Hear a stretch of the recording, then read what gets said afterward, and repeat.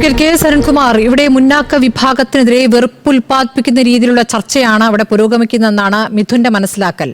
ഈ പ്രസംഗം മുഴുവൻ കേട്ടിട്ടും അത് ഉയർത്തുന്ന ആശയം അതല്ലെങ്കിൽ പുറത്തേക്ക് അത് പ്രകടിപ്പിക്കുന്ന ആശയം എന്താണെന്ന് മിഥുൻ വേറെ രൂപത്തിലാണ് അതിനെ കാണുന്നത്.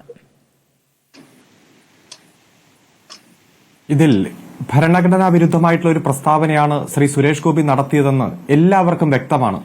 എല്ലാ വിഭാഗത്തിലെ ആളുകളും അത് ചൂണ്ടിക്കാണിക്കുകയും ചെയ്യുകയാണ്. പക്ഷേ ആ പ്രസംഗത്തെ ന്യായീകരിക്കാൻ വേണ്ടി ശ്രീ രാഹുൽ ഈശ്വരും ശ്രീ മിഥുനും നടത്തുന്ന പ്രസ്താവനകളെല്ലാം അതും ഭരണഘടനാ വിരുദ്ധമാണ്. ഇത്രയധികം തരംതാണു പോകുന്ന തരത്തിൽ തന്നെയാണ്. പ്രത്യേകിച്ച് കേരളത്തിൽ ഇരുന്നുകൊണ്ടാണല്ലോ, കേരളത്തിൽ നിന്നുള്ള ഒരു ജനപ്രതിനിധിയാണല്ലോ ഇങ്ങനെ പറഞ്ഞത്. പ്രത്യേകിച്ച് കേരളത്തിൽ നിന്നുള്ളവർ തന്നെയാണ് ഈ പ്രസ്താവനയെ ന്യായീകരിച്ചുകൊണ്ട് രംഗത്തെത്തുന്നത്.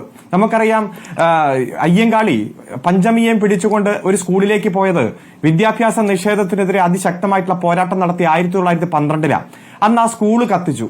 1924-25 കാലഘട്ടങ്ങളിൽ വക്കം സത്യാഗ്രഹത്തിന് നേതൃത്വം കൊടുക്കാൻ മഹാത്മാഗാന്ധി വന്നപ്പോൾ ആ സമരത്തിന് അധ്യക്ഷം വഹിച്ചത് സാക്ഷാൽ അയ്യങ്കാളി തന്നെയാണ്. അന്ന് അയ്യങ്കാളിയോട് മഹാത്മാഗാന്ധി ചോദിച്ചത്, ഞാൻ നിങ്ങൾക്ക് വേണ്ടി എന്താണ് ചെയ്യേണ്ടതെന്ന്. അന്ന് അയ്യങ്കാളി പറഞ്ഞ മറുപടി, എന്റെ സമുദായത്തിൽപ്പെട്ട 10 പേരെങ്കിലും BA പാസ്സായി കണ്ടിട്ട് എനിക്ക് മരിച്ചാൽ മതിയെന്ന 100 വർഷങ്ങൾക്ക് മുമ്പ്. ആ അയ്യങ്കാളിയുടെ സമുദായത്തിൽ നിന്ന് ഒരാൾ പഠിച്ചു വളർന്ന് വലുതായി ഈ രാജ്യത്തിന്റെ പ്രസിഡന്റായി മാറി ഈ കൊച്ചു കേരളത്തിൽ നിന്ന്. നമുക്കറിയാം സാക്ഷാൽ KR നാരായണൻ. അതുപോലെ സുപ്രീം കോടതിയുടെ പരമോന്നത നീതിപീഠത്തിന്റെ ഏറ്റവും ഉന്നത തലത്തിലേക്ക് ശ്രീ KG ബാലകൃഷ്ണൻ അടക്കം ഏതു വലിയ പദവിയിലേക്കും ഈ കേരളത്തിൽ നിന്ന് എല്ലാ വിഭാഗം ആളുകളെയും കൈപിടിച്ച് ഉയർത്താൻ നാം നടത്തിയ വലിയ ശ്രമം നടത്തിയ കേരളത്തിൽ നിന്ന് ഒരു ജനപ്രതിനിധി വന്ന് ഭരണഘടനാ വിരുദ്ധമായിട്ടുള്ള കാര്യം പറയുമ്പോൾ അതിനെ ന്യായീകരിക്കാൻ സാക്ഷാൽ ശ്രീനാരായണ ഗുരുവിന്റെ വാചകം വരെ, പേര് വരെ ഇവിടെ ശ്രീ രാഹുൽ ഈശ്വർ ഉന്നയിക്കുകയാണ്.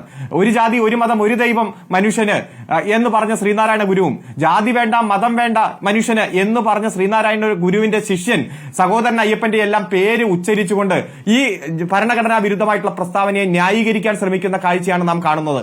അതുകൊണ്ട് ഈ രാജ്യത്തെ ഏതു പദവിയും ഏത് വിഭാഗം ആളുകൾക്കും, അതായത് ഈ രാജ്യത്തിന്റെ പൗരൻ ഒരു പൗരനായാൽ മതി, ആ പൗരനെ ഏതു പദവിയും അലങ്കരിക്കാൻ പാകത്തിന് തുല്യതയോടെ സമത്വത്തോടെ മുന്നേറുന്ന ഒരു കാഴ്ച നാം കാണുമ്പോഴാണ് ഇത്ര പെർവേഴ്സ് ആയിട്ടുള്ള പ്രസ്താവന ഏറ്റവും ഭരണഘടന തൊട്ട് സത്യം ചെയ്ത ഒരു മന്ത്രി പറയുന്നത്. അതിനെ ന്യായീകരിച്ചുകൊണ്ട് ആളുകൾ രംഗത്ത് വരുമ്പോൾ എങ്ങനെയാണ് ഇതിനെയൊക്കെ കാണേണ്ടത്? അദ്ദേഹം പറഞ്ഞ പ്രസ്താവന, ഗോത്ര വകുപ്പ് കൈകാര്യം ചെയ്യാൻ ഉന്നത കുലജാതർ, ഈ ഭരണഘടന തൊട്ട് സത്യം ചെയ്ത ആൾക്ക് ഈ ഉന്നത കുലജാതർ ആരാണ്? ഈ ഉന്നത കുലജാതർ എങ്ങനെയാണ് അത്തരത്തിലുള്ള ആളുകളെ ഐഡന്റിഫൈ ചെയ്യുന്നത്? ഇവിടെ ജാതീയതയ്ക്കെതിരെ എത്ര ഉജ്ജ്വലമായിട്ടുള്ള പോരാട്ടം നടന്ന നാടാണ്. വഴി നടക്കാൻ, മാറുമറയ്ക്കാൻ, വെള്ളമുണ്ടെടുക്കാൻ, മീശ വയ്ക്കാൻ, പൊതുവേദികളിൽ പ്രത്യക്ഷപ്പെടാൻ, ഒരുമിച്ചിരുന്ന് ഭക്ഷണം കഴിക്കാൻ, അമ്പലങ്ങളിൽ പ്രവേശിക്കാൻ എത്ര ചരിത്രപരമായിട്ടുള്ള പോരാട്ടം, ധീര രക്തസാക്ഷിത്വം നടന്ന നാടാണ് നമ്മുടേത്. ആ നാട് കേരളം മറ്റു സംസ്ഥാനങ്ങൾക്ക് മാതൃകയായി മുന്നേറിയ നാട്. തമിഴ്നാട്ടിലേക്ക് പോയാൽ ഇപ്പോഴും ഉണ്ട് ജാതി മതിൽ. അതുപോലെ തന്നെ കർണാടകത്തിലേക്ക് പോയാൽ ഇപ്പോഴും ഉണ്ട് മുടസ്ഥാനം. വടക്കേ ഇന്ത്യയിൽ നിന്ന് എത്രയോ ജട്ടിപ്പിക്കുന്ന വാർത്തകൾ പുറത്തു വന്നുകൊണ്ടിരിക്കുകയാണ്. കൂജയിൽ നിന്ന് വെള്ളം കുടിച്ച മറ്റേ ഗോത്രവർഗത്തിൽപ്പെട്ട ഒരു കുട്ടിയെ തല്ലിക്കൊന്നത് രാജസ്ഥാനിൽ നിന്ന് കഴിഞ്ഞ മാസങ്ങൾക്ക് മുമ്പ് നമ്മൾ കണ്ടു. അധ്യാപകരാണ് തല്ലിക്കൊന്നത്.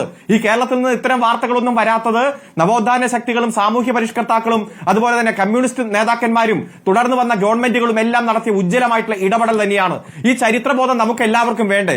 ആ ചരിത്രബോധത്തോടെ പുതുതലമുറയെ ശരിയായ വഴിക്ക് നയിക്കാൻ വേണ്ടി നമ്മളെല്ലാം ഉജ്ജ്വലമായിട്ടുള്ള ഇടപെടലുകൾ നടത്തി ഏതെങ്കിലും തരത്തിൽ തെറ്റായിട്ടുള്ള പ്രവണത വരുമ്പോൾ സമൂഹം ഒറ്റക്കെട്ടായി ജാഗ്രതയോടെ ഈ തെറ്റായ പ്രവണതയ്ക്കെതിരെ അണിനിരക്കുന്ന കേരളത്തിൽ നിന്ന് ഇത്തരം പ്രസ്താവനകളുമായിട്ട് വരുന്ന മന്ത്രിമാർ, ആ മന്ത്രിമാരെ ന്യായീകരിക്കാൻ ഒരു വിഭാഗം രംഗത്തെത്തുന്നു. ഇന്നേതായാലും BJP ഈ ചർച്ചയിൽ ഒരു പ്രതിനിധിയെ വിട്ടിട്ടില്ല.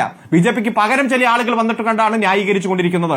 അദ്ദേഹത്തിന് മന്ത്രിസ്ഥാനത്തിരിക്കാൻ ഒരു തരത്തിലുള്ള യോഗ്യതയില്ല എന്ന് തെളിയിക്കുന്ന പ്രസ്താവനകൾ തന്നെയാണ് അടുത്ത ജന്മത്തിൽ തന്ത്രി കുടുംബത്തിൽ ജനിക്കണമെന്ന് പറഞ്ഞത് മുതൽ ഓരോ ഘട്ടത്തിലും നടത്തിക്കൊണ്ടിരിക്കുന്നത്. എല്ലാം പോട്ടെ, ഈ കേരളത്തിന് വേണ്ടി എന്തെങ്കിലും ഒരു ആവശ്യം നേടിയെടുക്കാൻ വേണ്ടിയിട്ടുള്ള പ്രസ്താവന നടത്തേണ്ട സമയത്തല്ലേ ഇത്രയും പെർവേഴ്സി ആയിട്ടുള്ള പ്രസ്താവനകൾ നടത്തിക്കൊണ്ട് രംഗത്ത് വരുന്നത്? അതുകൊണ്ട് അതിശക്തമായിട്ടുള്ള പ്രതിഷേധം ഉയർന്നു വരണം.